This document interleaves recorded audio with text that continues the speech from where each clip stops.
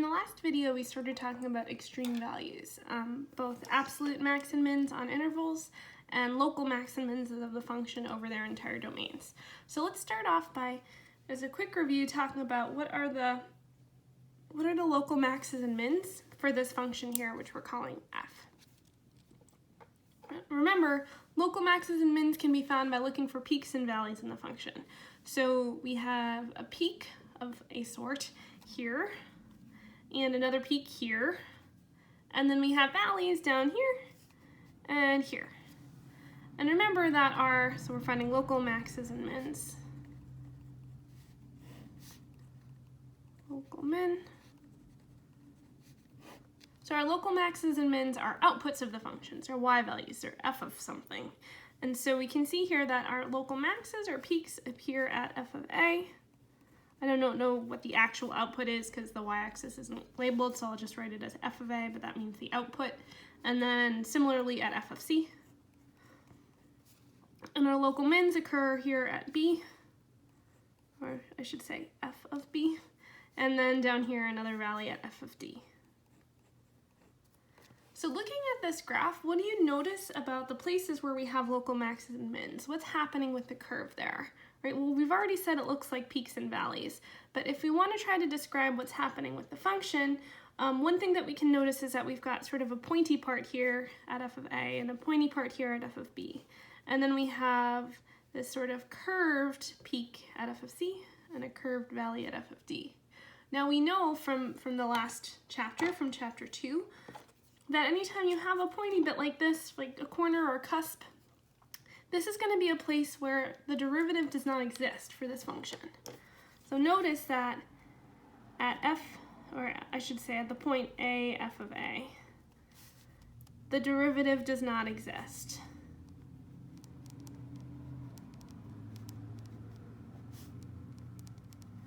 That is, f prime of a does not exist. And the same thing down here at b, we have this pointy part, so similarly f prime of b does not exist. Right, but at c and d, right, the curve isn't pointy here, the derivative does exist, and not only does the derivative exist, but if we were to try and sketch in the tangent line, it's going to look like this at c, and it's going to look like this at d. So at our other local maxes and mins, at f of c and f of d, the derivative does exist, but the slope of the tangent line here is 0, which means the derivative is equal to 0. So f prime of c is equal to 0, f prime of d is equal to 0. And so these are sort of important points to us on the graph. These seem like they're important points where the derivative doesn't exist or where the derivative is equal to 0. They're important enough that they get a name. We call them critical points. So a critical point is just some number c that's in the domain of the function such that either the derivative is equal to 0 there or the derivative does not exist there. So the critical points in our graph up here are a, b, c, and d. Right? They're x values that are in the domain of the function. The function's actually defined there, but the derivative is equal to 0 or the derivative doesn't exist. Something that wouldn't be a critical point is if we had some sort of a hole or an asymptote, because then the function wouldn't even be defined there. Okay, so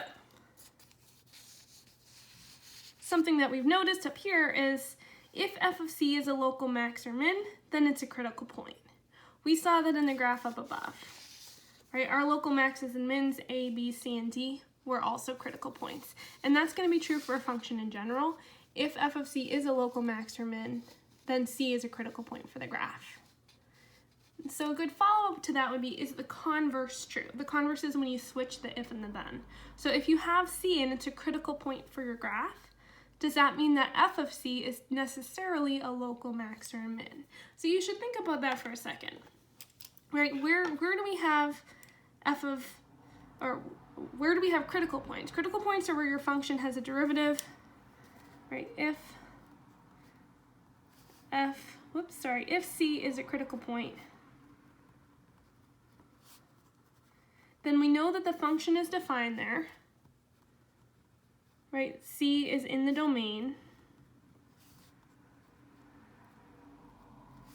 And we also know that either f prime of c is equal to 0 or f prime of c does not exist.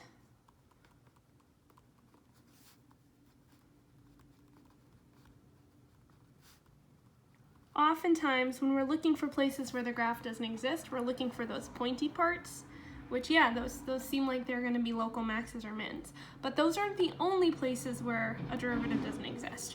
Remember, we had that other one that was harder to spot. So if we had a function like f of x is equal to the cubed root of x, or x to the 1/3 power, the graph looks something like this.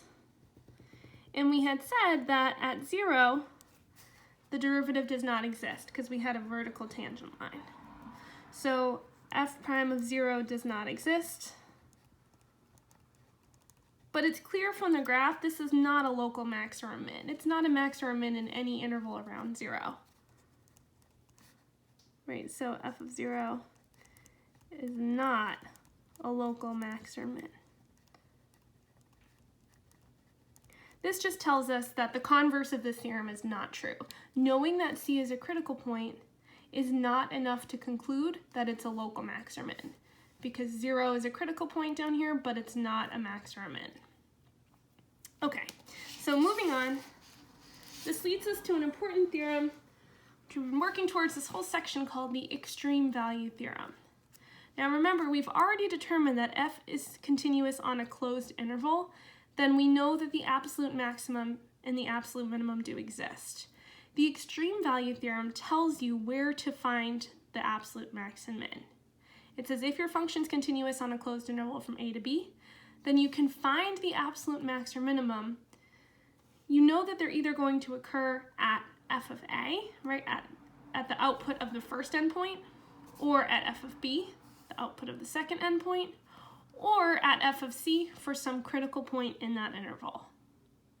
Right, this is good, this is helpful, because if we're given a particular closed interval and we know the function's continuous on that interval, we don't have to graph the function to know what the absolute max or mins are. We just need to plug in a and b into the function, and then we need to find the critical points and plug those critical points into the function. One of those outputs will be the absolute max, and one of them will be the absolute min. It just happens it will end up being whichever number is the biggest for the max or the smallest for the min. So let's go through an example of how we can use this. So we're going to try to determine the absolute max and the absolute min of the following function, f of x equals 2x squared minus 12x on the interval, closed interval from 1 to 6. First thing we want to check is this function continuous on this interval? Yes. All right, it's a polynomial, it's continuous everywhere. Okay, so what that means is by the extreme value theorem, we know that the absolute max and min will exist, and it'll either be f of a, f of b, or f of c for some critical point c in the interval. So I've laid out some steps for figuring out what the absolute max and min should be. These are general steps here. Evaluate f of a and f of b for the endpoints of the interval a and b. In other words, here's my a and here's my b, 1 and 6. Just plug them into the function. That's the first thing you do. Find f of 1, find f of 6. So f of 1 is going to be 2 times 1 squared minus 12 times 1. So 2 minus 12, which is negative 10. And f of 6 would be 2 times 6 squared minus 12 times 6. So 2 times 6 times 6 minus 2 times 6 times 6. Okay, this actually ends up being 0. Right, so far my outputs that I'm considering are the outputs negative 10 and 0. Those might be the absolute min and the absolute max respectively, but remember, by the extreme value theorem, we also have to test f of c for any critical point c in that interval. So step 2 is to find all critical points of the function. And remember, a critical point is just anywhere where the function's defined and where the derivative is either equal to 0 or undefined.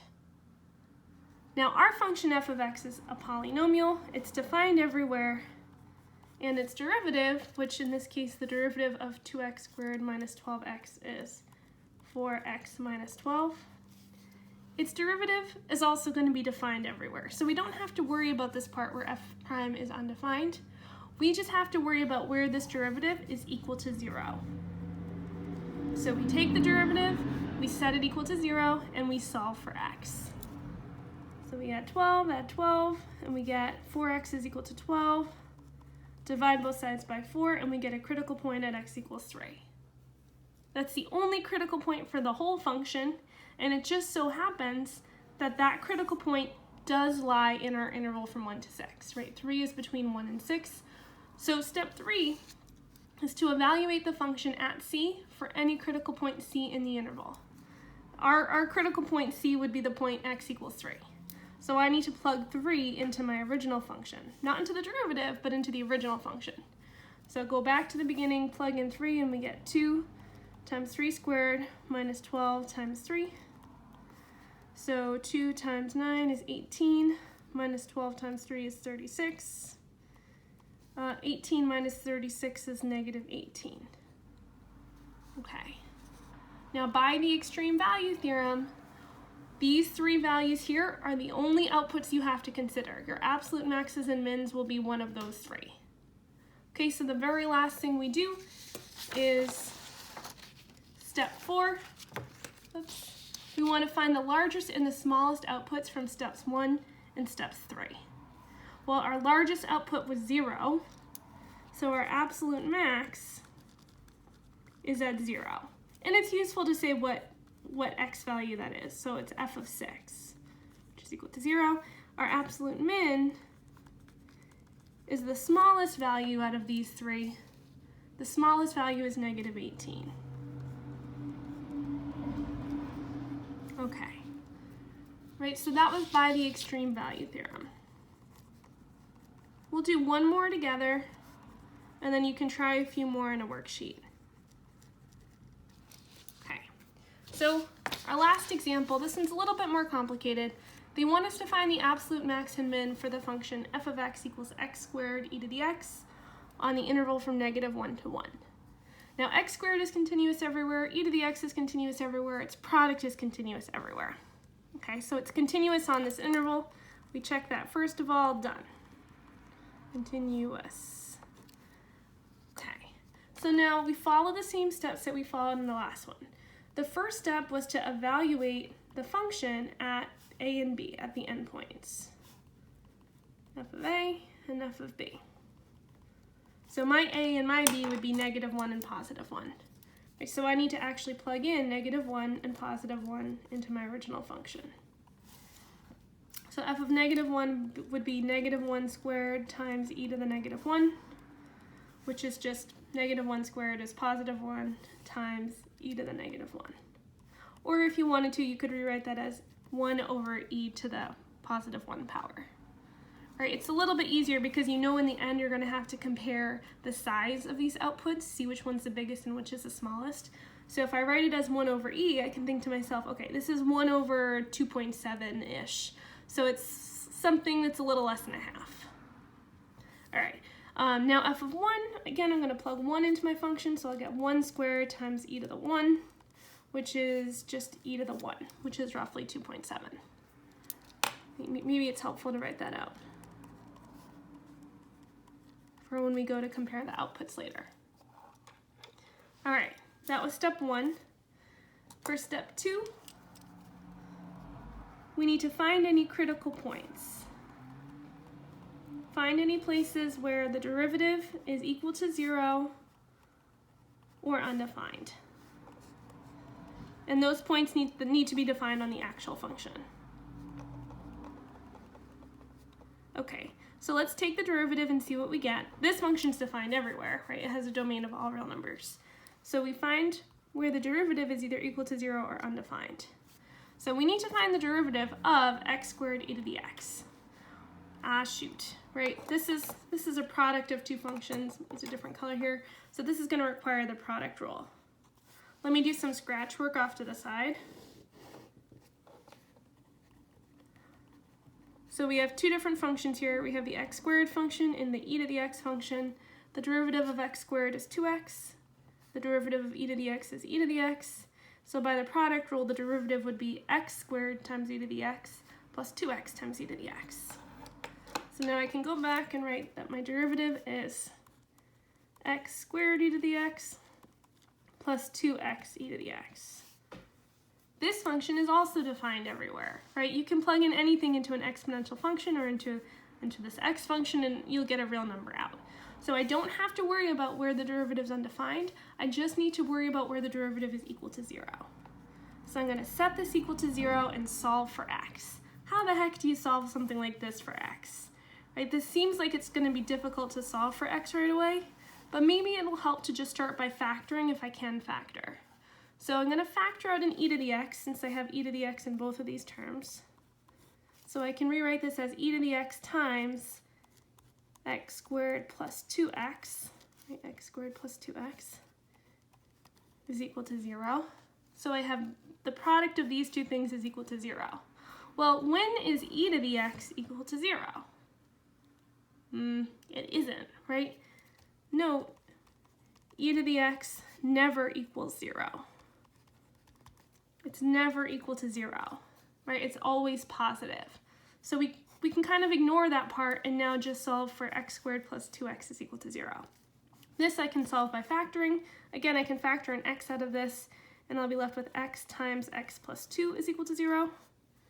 And so I have critical points at either when this first part, x is equal to 0, or when the second part, x plus 2 is equal to 0. That is when x is equal to negative 2. These are my only two critical points. My critical points are going to be at x equals 0 and x equals negative 2. Okay. Now, step 3 is to plug in any critical points for any x values that are actually in your interval. So my critical points are 0 and negative 2. Which one of those are in our interval, negative 1 to positive 1? Well, certainly 0 is, but negative 2 is outside of our interval. Negative 2 falls outside of this interval. It's smaller than negative 1, so we can throw this one away. And now we want to just evaluate our function at the only critical point that's in our interval. So we're just going to evaluate f of 0. So f of 0, if I go back and plug it into my original function, you have to go all the way back to the beginning and plug it into your original function, we'll get 0 squared times e to the 0. 0 squared is 0 times e to the 0 is 1, and 0 times 1 is 0. Oops, sorry, okay. So the last step here then is just to look at all the different outputs that I've gotten in steps 1 and steps 3. I've gotten 1 over e, which is roughly 1 over 2.7. I've gotten e, which is roughly 2.7, and I've got an output of 0. Which ones are the biggest and which ones are the smallest? Well, 0 is the smallest, and 2.7 is the biggest. So our step 4 is just to identify the absolute max and min. Identify. We've got the absolute max. The largest possible output would be at f of 1.